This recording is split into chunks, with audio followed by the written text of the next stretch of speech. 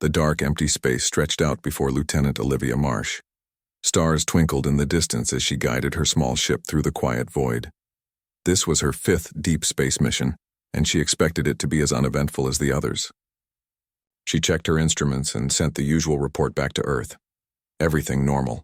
Nothing unusual. Until it wasn't. A flash of light appeared in the distance. Olivia blinked, unsure if her eyes were playing tricks on her. The light grew larger, revealing a massive shape that seemed to appear out of nowhere. Her heart raced as she grabbed the controls. "Command, this is Scout Ship Delta. I've got an unidentified object at coordinates 227 to 584, requesting instructions." Static answered her.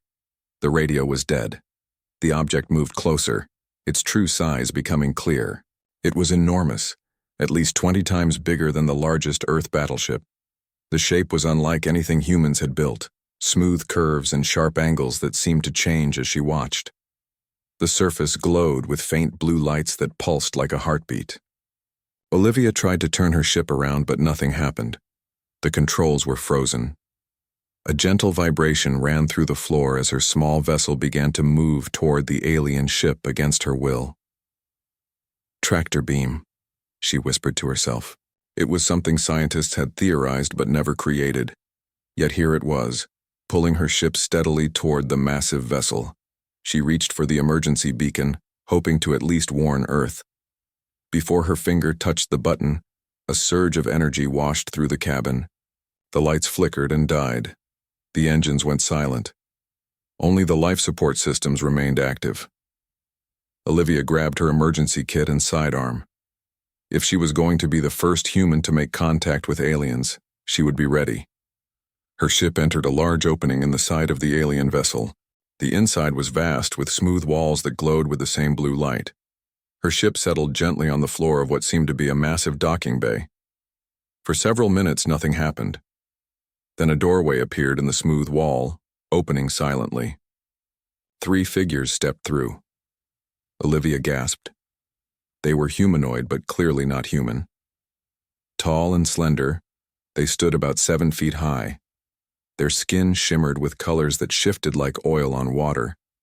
Instead of hair, they had what looked like crystal formations growing from their heads. Their eyes were the most striking feature, large and deep, with swirling patterns that resembled tiny galaxies. They approached her ship cautiously. Olivia took a deep breath and opened the hatch. If they wanted to harm her, they could have done so already. The air was breathable, slightly sweeter than Earth's. Olivia stepped out, keeping one hand near her weapon but trying to appear peaceful. "My name is Lieutenant Olivia Marsh of Earth," she said clearly. "I come in peace." The aliens stopped a few feet away. They made musical sounds to each other, a language of tones and harmonies. One of them held up a small device that glowed. It spoke in a voice that sounded almost human, but with an odd echo. "Welcome. You are safe. No harm." Olivia nodded slowly. "Thank you. Why did you bring me here?" The device hummed as it processed her words. "Searching. Long searching for your kind." Before she could ask more questions, a commotion arose at the doorway. The 3 aliens turned and immediately lowered their heads in what seemed like a gesture of respect. A new figure entered the docking bay. This one was different from the others, taller with skin that shimmered more brightly. Around her head floated what looked like a crown of crystal shards that moved without any visible support. Her clothing flowed like liquid metal, catching the light in mesmerizing patterns. Even without being told, Olivia knew she was looking at someone of great importance. A leader, a royal. The alien princess approached slowly, her galaxy eyes fixed on Olivia with an intensity that was almost physical. The other aliens backed away, forming a respectful circle. Then something strange happened. The princess stopped suddenly as if she had walked into an invisible wall. Her eyes widened. The crystals around her head spun faster. She made a sound that needed no translation, pure surprise. She said something, in her musical language, and the others responded with obvious confusion. The princess stepped closer to Olivia, her 6-fingered hand reaching out slowly. Then she pulled back sharply and issued what sounded like commands. The translator device spoke again. "You will come. Special guest. Important." "Why am I important?" Olivia asked. The alien princess studied her face for a long moment before responding through the translator. "Ancestral. Confirmation needed." Olivia was led through corridors that seemed to shift and change as they walked. The walls glowed with soft light that followed their movements. Other aliens they passed stopped and stared at her with the same mixture of fascination and reverence. They brought her to a room that was clearly prepared for her. It resembled a human living space, with furniture similar to chairs and a bed. But the proportions were slightly wrong, as if someone had created it based on a description without ever seeing the real thing. "Rest here," the translator said. "Food comes. Questions later." The aliens left, and the door sealed seamlessly into the wall. Olivia explored the room, finding strange devices she couldn't understand, and a window that showed the stars outside. Earth was nowhere in sight. Hours passed. Food arrived, strange fruits and what seemed like bread, brought by a smaller alien who couldn't stop staring at her. The food was surprisingly good, with flavors she had never experienced before. When night came, or what she assumed was night as the lights dimmed, Olivia tried the door and was surprised to find it wasn't locked. The corridor outside was dimly lit and empty. Curiosity overcame caution. She stepped out and began to walk quietly through the ship. The corridors branched and joined in patterns that seemed random, but somehow felt natural to follow. She found herself in a long hall lined with what looked like displays. They showed images that shifted and moved. Olivia stopped, her breath catching in her throat. The images showed people, human people, ancient humans, dressed in primitive clothing. And among them, standing tall and unmistakable, were aliens like the ones who had captured her. As she stared at the images, trying to make sense of what she was seeing, she heard a soft sound behind her. She turned quickly. The alien princess stood there watching her with those galaxy eyes. She wasn't angry at finding Olivia wandering the ship. Instead, she seemed sad. "You want to know?" The translator device in her hand said. "Soon, Earth daughter. Soon you will learn why I stopped when I saw your face. Why we have searched for your kind for centuries." The princess gestured toward the images on the wall. "Our histories are tangled like roots of ancient trees. What you are about to learn will change everything you believe about your species and mine." Olivia looked back at the images of humans and aliens together, thousands of years in Earth's past. A chill ran down her spine as she realized she was about to discover a truth that would rewrite human history forever. 3 days passed on the alien ship.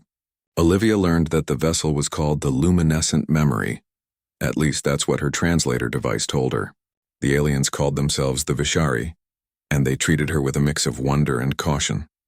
Olivia spent much of her time trying to learn their language. It was difficult. Their speech used tones and harmonies that human vocal cords couldn't make. But she picked up a few simple words and phrases. Enough to say hello, thank you, and ask basic questions. The princess, whose name was Nalitha, rarely visited.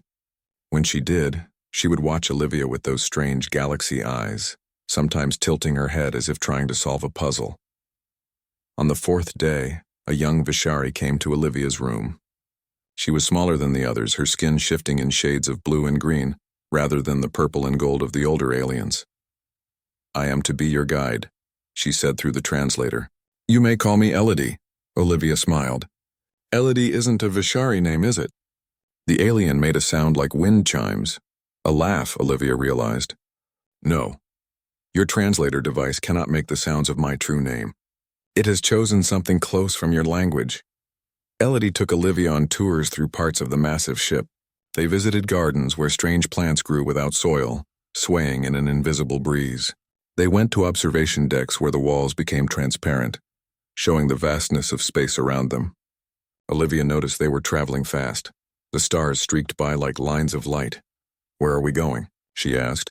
Elodie's colors dimmed slightly. "To a safe place. A meeting place. Others of our kind come." As they walked through the ship, Olivia noticed how the other Vishari looked at her, some with curiosity, others with what seemed like awe. A few watched her with clear fear in their galaxy eyes. Why do they look at me that way? She asked Elodie. The young alien hesitated. You are special to us. We have searched for humans for a very long time. Why?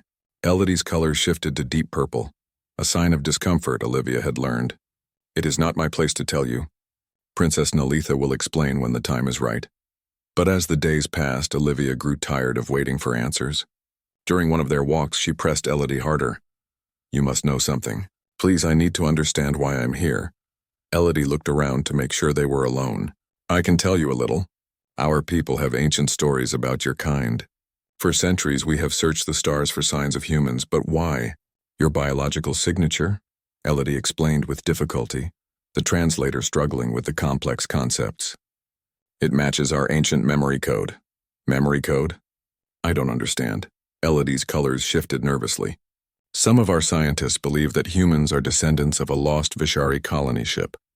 They think your ancestors crashed on Earth long ago and over thousands of years, forgot their origins and evolved differently. Olivia stopped walking. That's impossible. Humans evolved on Earth. We have fossil records, DNA evidence. I know, Elodie said. I am just telling you what some believe. There are many theories about the connection between our peoples. That night, Olivia couldn't sleep. The idea was ridiculous, humans descending from aliens. And yet the Vishari were humanoid in shape. 2 arms, 2 legs, 1 head. What were the odds that 2 species from different planets would evolve so similarly? The next day, Elodie took her to a new section of the ship. This is not on our approved tour, she whispered. But I think you should see it. They entered a large room filled with transparent cases. Inside each case was a floating object surrounded by a soft blue light. This is our genetic archive, Elodie explained. These are samples from thousands of worlds and species. She led Olivia to a specific case. Inside was a floating strand of what looked like DNA, but it twisted in strange patterns. This is Vishari DNA, Elodie said. Then she pointed to the case next to it. And this is human DNA. Your DNA specifically. They took a sample while you were unconscious when we first brought you aboard. Olivia looked back and forth between the 2 strands. Even to her untrained eye, there were similarities, patterns that matched in both samples. This proves nothing, she said, but her voice lacked conviction. Elodie led her deeper into the archive. Look at these. The next set of cases contained objects that made Olivia's blood run cold. Stone tools, arrowheads, a crude bowl, things that looked exactly like artifacts found in human archaeological digs. These were found on a dozen different worlds, Elodie said quietly. Worlds the Vishari visited thousands of years ago. The dating puts them at 50,000 Earth years old, long before humans made such tools according to your science. Olivia shook her head. This doesn't make sense. It would rewrite human history completely.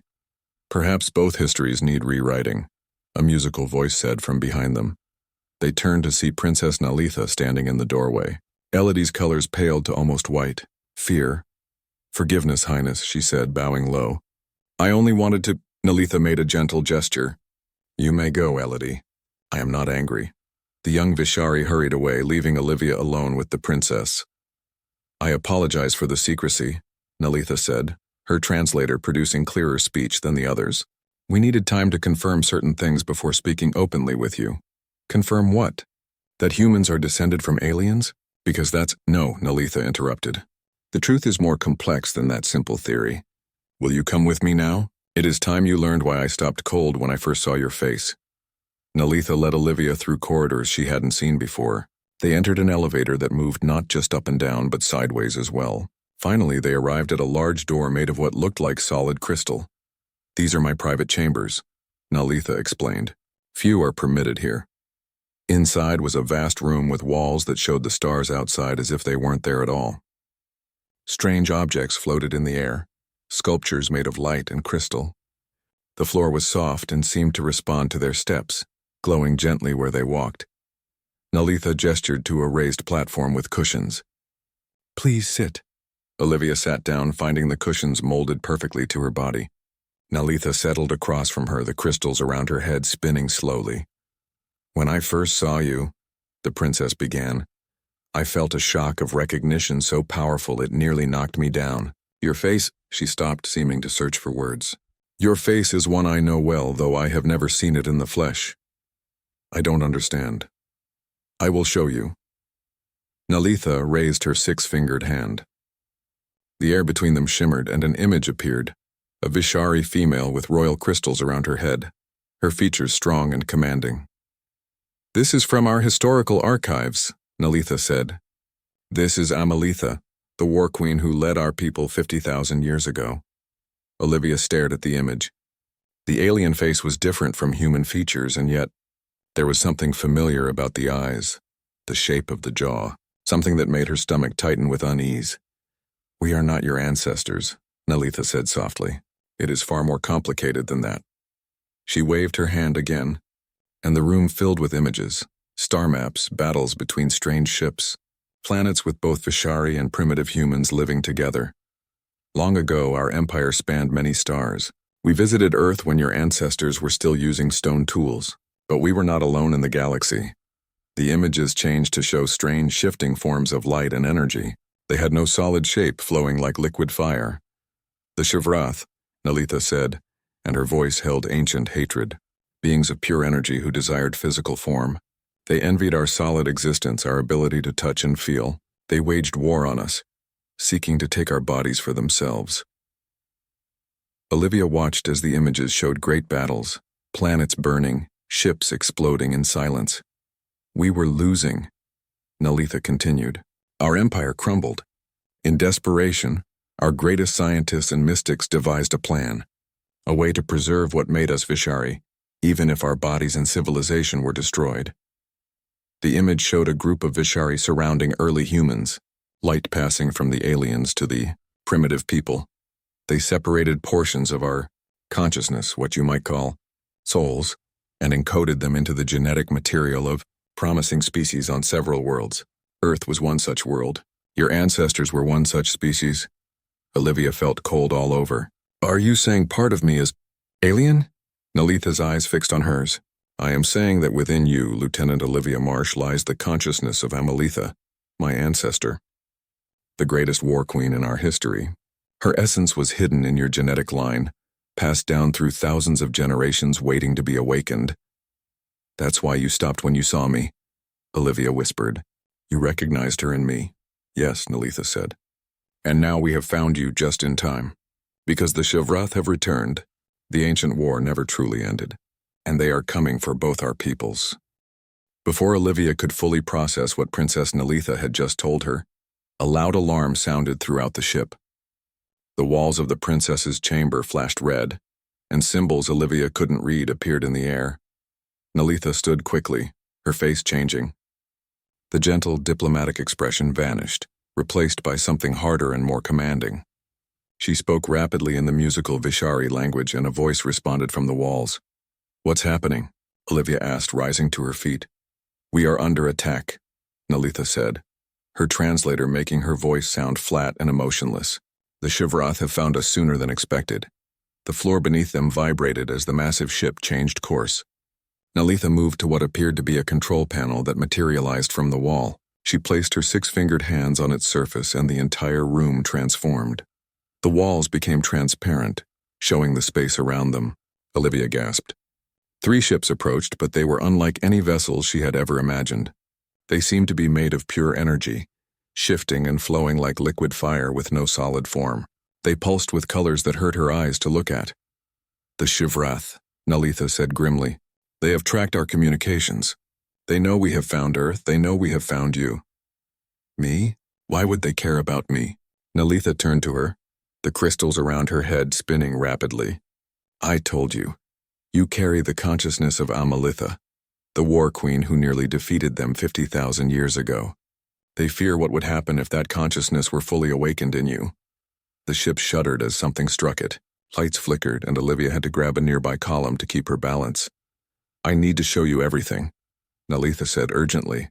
We may not have much time. She gestured, and a floating crystal moved toward them. It was about the size of a basketball, glowing with inner light. This is a memory crystal. It contains the history of the War of Echoes, as we call our ancient conflict with the Shivrath. Place your hands on it. Hesitantly, Olivia reached out and touched the smooth surface of the crystal. Immediately, images flooded her mind. Not just pictures, but sounds, smells, emotions. She was experiencing memories that weren't her own. She saw the Vishari Empire at its height, hundreds of worlds connected by ships that traveled through folds in space. She saw Earth as it was 50,000 years ago, with primitive humans watched over by tall, glowing Vishari guardians who taught them, guided them, but never interfered too much.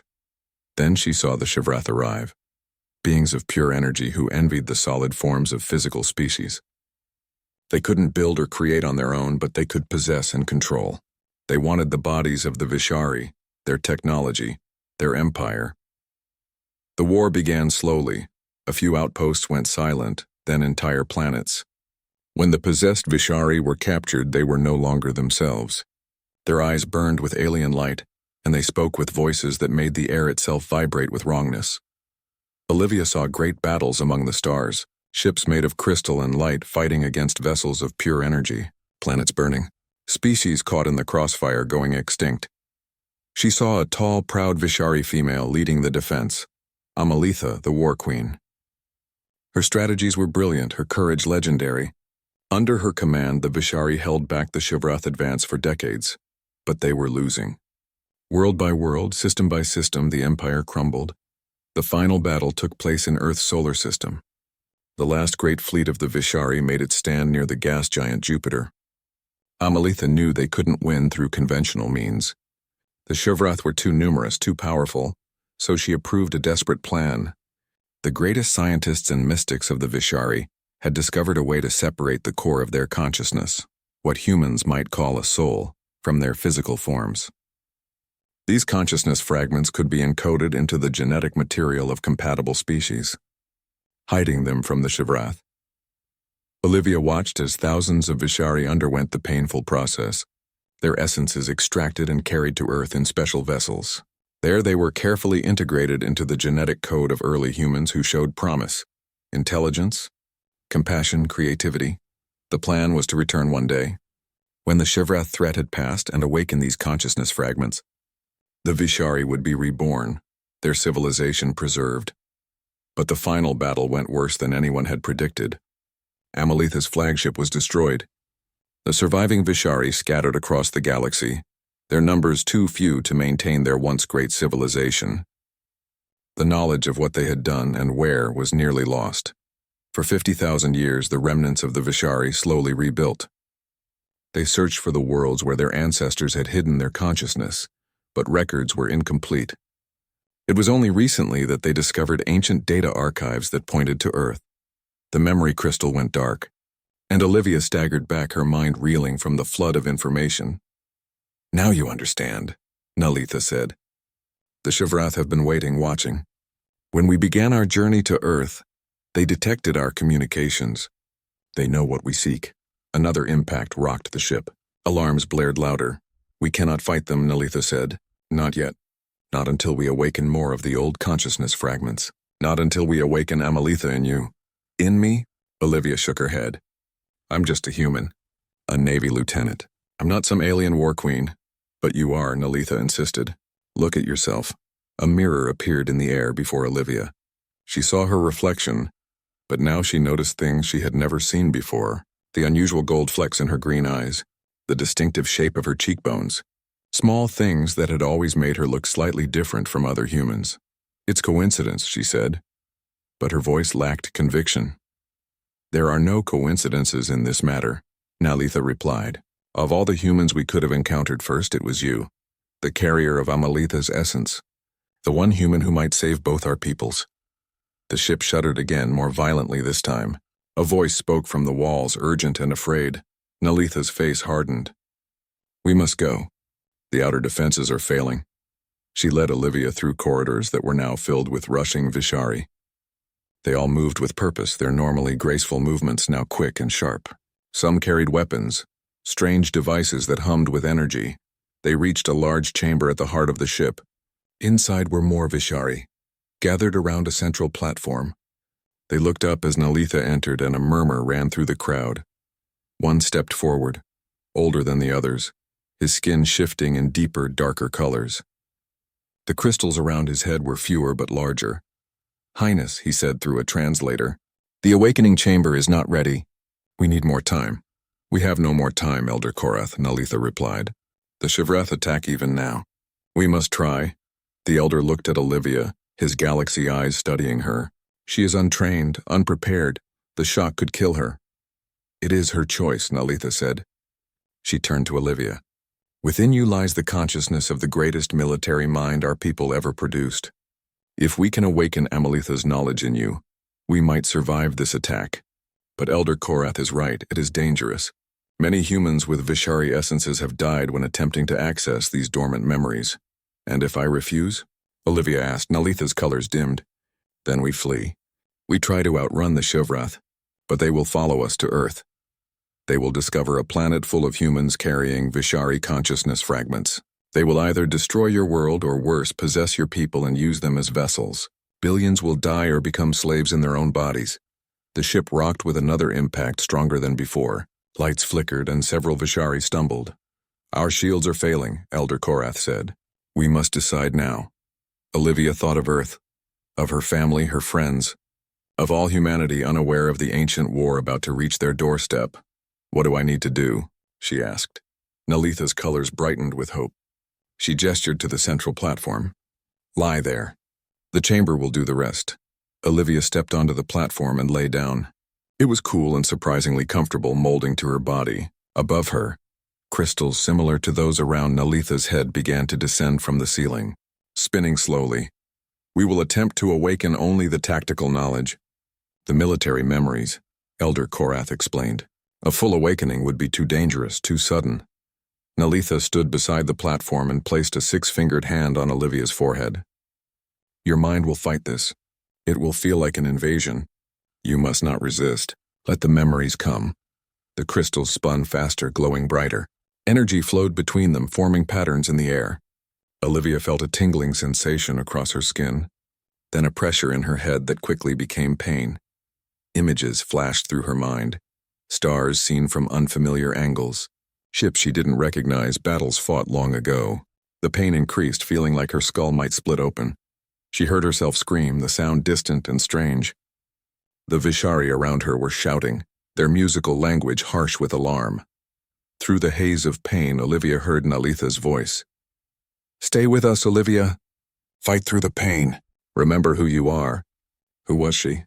Lieutenant Olivia Marsh of Earth? Or Amelitha, War Queen of the Vishari? The two identities battled in her mind, neither willing to yield. Olivia floated in darkness. She felt neither pain nor fear, just a strange sense of peace. Was she dead? Had the awakening process killed her? No. She could still hear things.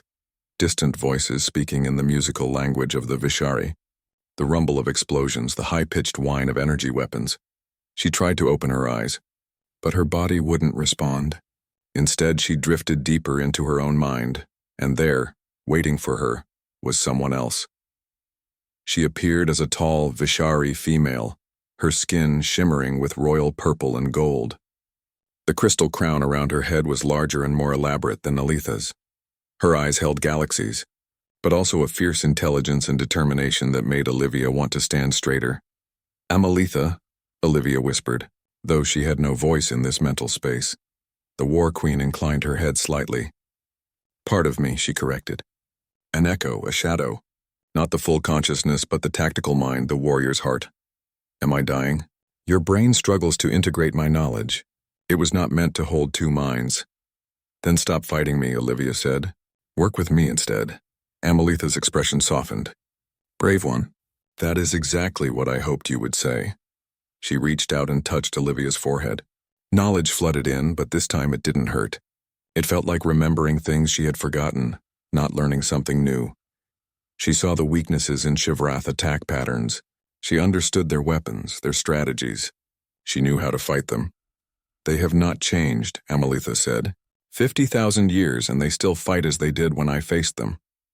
They cannot innovate, only imitate. On how do we beat them? Olivia asked. We do not beat them, not today. We surprise them. We show them something new. And then we run. Olivia felt herself rising back to consciousness. The darkness receded and pain returned, but duller now, manageable. She opened her eyes. The chamber was in chaos. Parts of the ceiling had collapsed. Vishari were rushing about, some helping the injured, others manning defense stations that had risen from the floor. Nalitha stood over her, concern clear in her galaxy eyes. "Olivia, can you hear me?" Olivia sat up. The movement felt strange, too fluid, too graceful. Not quite human. She looked at her hands. They were still her hands, 5 fingers, human skin, but they felt different, stronger, more precise. "I hear you," she said, and was startled by her own voice. It carried harmonic undertones like a Vishari voice. Elder Korath approached, his colors pale with worry. "Was it successful?" "Are you both?" Olivia nodded. "Amelitha is here. Not all of her, just her tactical knowledge, her fighting skills. We merged." Another explosion rocked the ship. A panel on the wall showed the 3 Shivrath vessels closing in. Olivia stood and walked to the panel. She studied it, understanding the Vishari symbols and readouts without needing translation. "Your shields are at 27%. The main engines are damaged. We cannot win this fight directly." "Then we are lost," Elder Korath said. "No." Olivia pointed to the display. "The Shivrath attack pattern is flawed. They're still fighting the war as it was 50,000 years ago." She began to issue orders in perfect Vishari, her voice overlaid with harmonic tones. The other Vishari looked to Nalitha, who nodded her approval. "Do as she says," the princess commanded. "She speaks with Amelitha's wisdom." Olivia directed them to reconfigure the shields, focusing them in specific patterns rather than as a uniform bubble around the ship. She ordered power diverted from non-essential systems to a specific weapon array.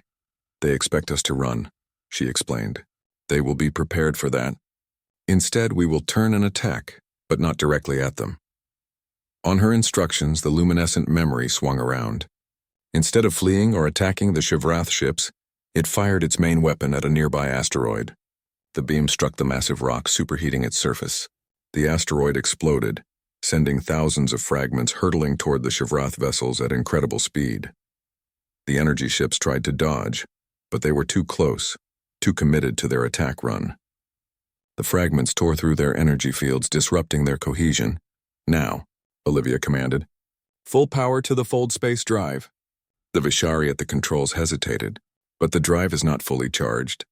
"A jump now could do it," Nalitha ordered, backing Olivia's command. The ship shuddered as the fold space drive engaged. Stars streaked around them, then vanished entirely as the luminescent memory slipped into the space between spaces. Olivia staggered, suddenly dizzy. Nalitha caught her before she fell. "The jump worked," the princess said. "We have escaped." "Thanks to you," Olivia's vision blurred. The strain of the awakening, combined with the mental effort of directing the battle, had taken its toll. "I need to rest," she whispered. When she woke, she was back in her quarters. Nalitha sat beside her bed, looking tired but relieved. "How long was I unconscious?" Olivia asked. 3 days, Nalitha replied. "We feared we might lose you. The awakening process was more difficult than we anticipated." Olivia sat up slowly. Her head still ached, but the pain was fading. "Where are we now?" "In fold space, traveling toward Earth. The damage to our engines means the journey will take longer than planned, about a month in your time." "And the Shivrath?" "They will recover and follow. But you bought us time. Time to prepare Earth for what is coming." Olivia closed her eyes, sorting through the new knowledge in her mind. It was strange. She could access Amelitha's memories, her tactical brilliance, but they didn't overwhelm her own identity. They existed alongside her human consciousness, separate but accessible. "I'm not her," she said finally. "I have her knowledge, but I'm still Olivia Marsh." Nalitha nodded. "We never expected a full transfer of consciousness. That was never the plan. Even 50,000 years ago, our ancestors hoped for a blending, Vishari knowledge and experience combined with the unique strengths of the host species." Olivia stood and walked to the window. In fold space, there were no stars, only a strange shifting glow that hurt the eyes if you looked at it too long. "What happens when we reach Earth?" she asked. "We must warn your people about the Shivrath, prepare them for the coming war, and we must find others like you, humans carrying the consciousness fragments of our ancestors." "How many are there?" "We estimate 1 in 10,000 humans carries a fragment. Most are dormant, unaware of what they hold.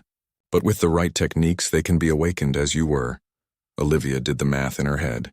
With Earth's population, that meant hundreds of thousands of humans carried these alien consciousness fragments. Will they all be military leaders like Amelitha? Nalitha's colors shifted to a thoughtful blue. No, our ancestors were diverse: scientists, artists, philosophers, healers. Each consciousness fragment contains different knowledge, different skills. And what about me? What happens to me now? The princess's galaxy eyes met hers.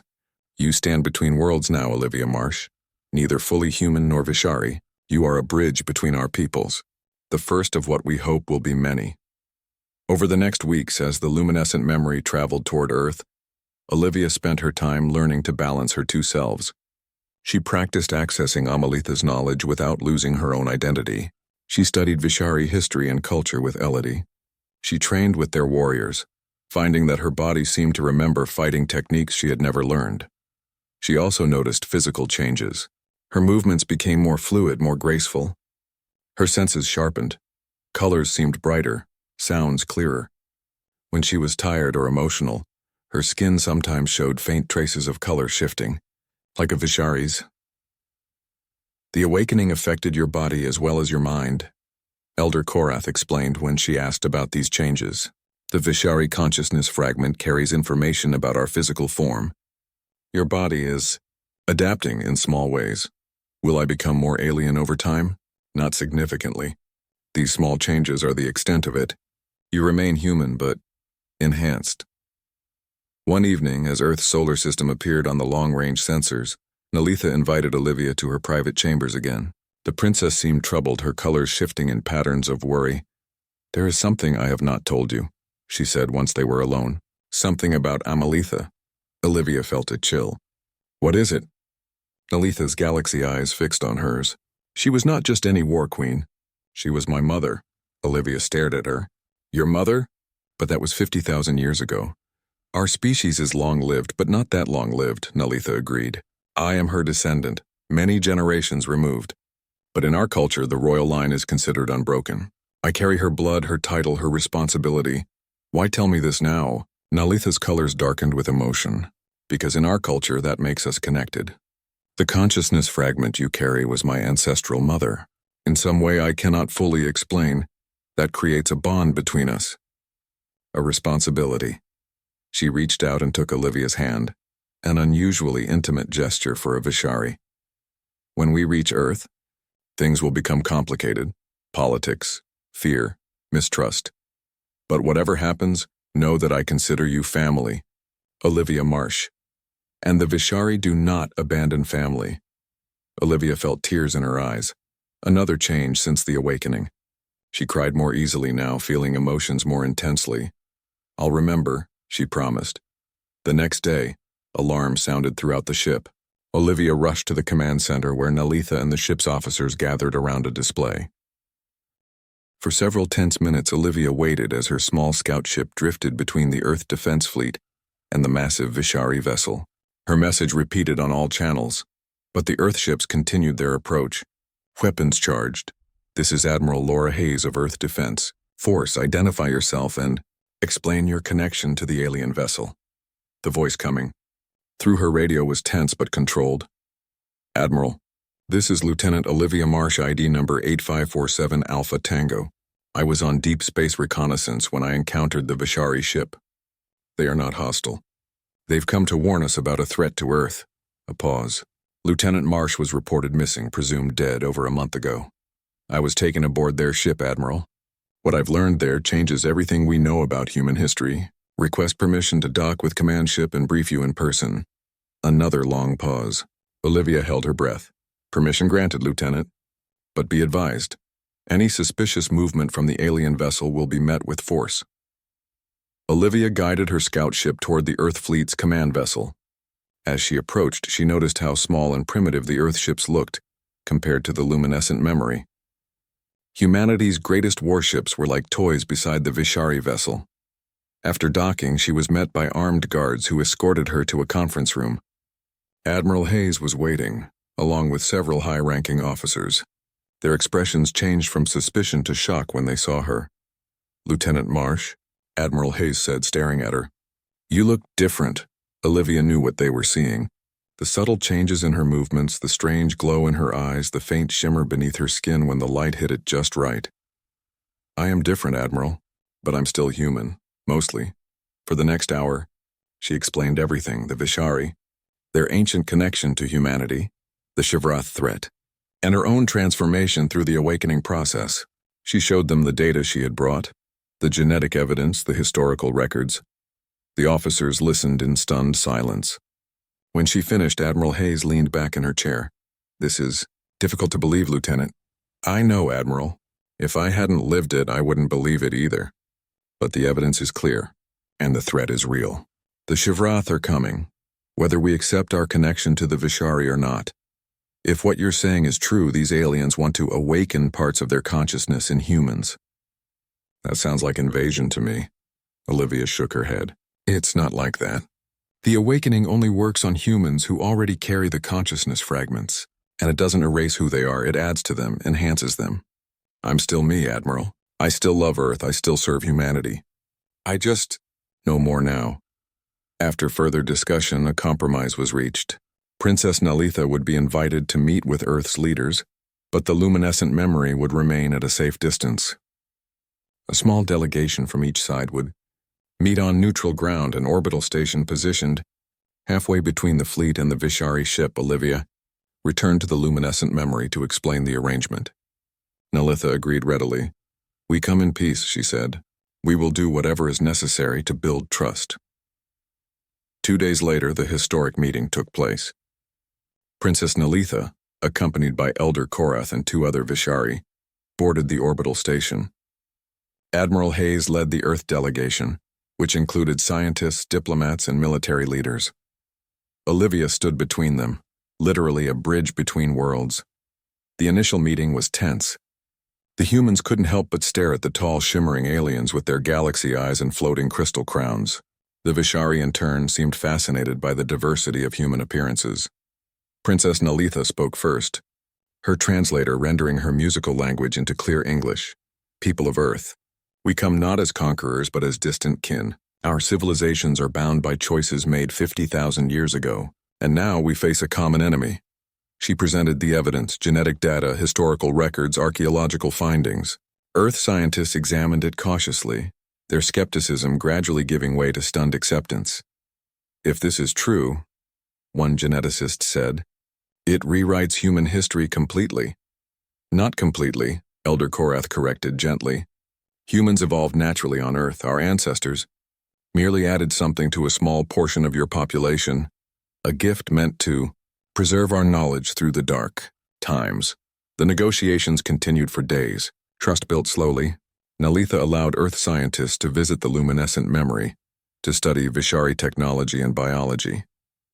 In return, she and her delegation were permitted to visit Earth briefly, under heavy security. Throughout it all, Olivia served as interpreter and mediator. Her unique perspective, part human, part Vishari, helped bridge misunderstandings. When humans became defensive, she reminded them of the greater threat. When the Vishari grew impatient, she counseled patience. "They've lived their entire history not knowing about you," she told Nalitha. "You can't expect them to accept everything overnight." A month after first contact, a breakthrough came. Earth scientists confirmed what the Vishari had claimed. Approximately 1 in 10,000 humans carried genetic markers that were not fully human. These markers had been misidentified for years as natural mutations or evolutionary anomalies. Tests were developed to identify these humans. The first volunteers came forward, people willing to undergo the awakening process and see if they carried Vishari consciousness fragments. The results were remarkable. A doctor from Kenya awakened with the knowledge of a Vishari healer, suddenly understanding diseases and treatments that human medicine had yet to discover. A mathematician from Japan gained insights that solved theoretical problems that had stumped humans for generations. A young artist from Brazil found she could create works in entirely new dimensions after her awakening. Not all awakenings were successful. Some failed to trigger any change. A few caused medical problems that required intervention, but enough succeeded to prove the Vishari claims true. 3 months after the luminescent memory's arrival, long-range sensors detected energy disturbances at the edge of the solar system. The Shivrath had arrived. Earth's leaders gathered in an emergency council. Admiral Hayes addressed the assembled representatives. "The threat the Vishari warned us about is here. Based on their intelligence and our own observations, The Shivrath force is larger than anything we can handle with our current technology. We need to make a decision. Do we fight alongside the Vishari or do we stand alone? The debate was heated. Some argued that Earth should distance itself from the Vishari conflict. Others pointed out that the Shivrath would target Earth regardless, seeing humans as vessels for the consciousness fragments they sought to destroy. Olivia was called to speak.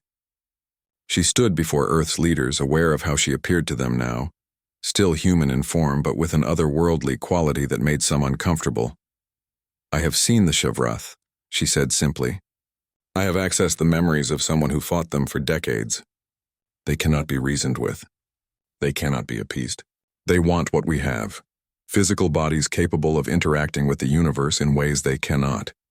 If they win, they won't just kill us. They'll take our bodies and use them as vessels, leaving our consciousness trapped and aware while they control us." She let that sink in before continuing. "I am still human.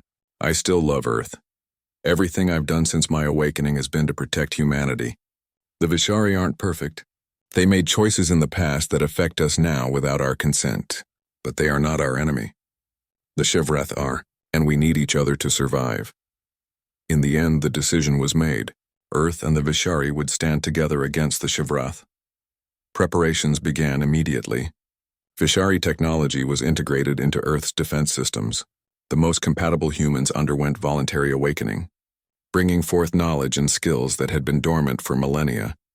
Olivia found herself at the center of it all, training new awakened humans, helping integrate Vishari technology with Earth systems, planning defense strategies that drew on both her human military training and Amelitha's ancient battle wisdom.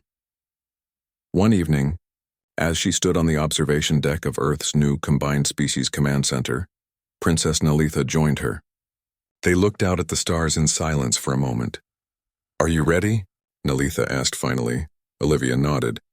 "As ready as we can be. The defense grid is operational. The first wave of awakened humans has completed training. The fleet is positioned according to Amelitha's strategy. And you? How do you feel about all this?" Olivia considered the question. 3 months ago, I was just a Navy lieutenant on a routine mission. Now I'm part alien, helping prepare for an interstellar war that most humans didn't know existed until recently. It's a lot. Nalitha's colors shifted in patterns that Olivia had learned to recognize as sympathy. "You have carried a heavier burden than most. Standing between worlds is never easy. It's where I belong now," Olivia said simply.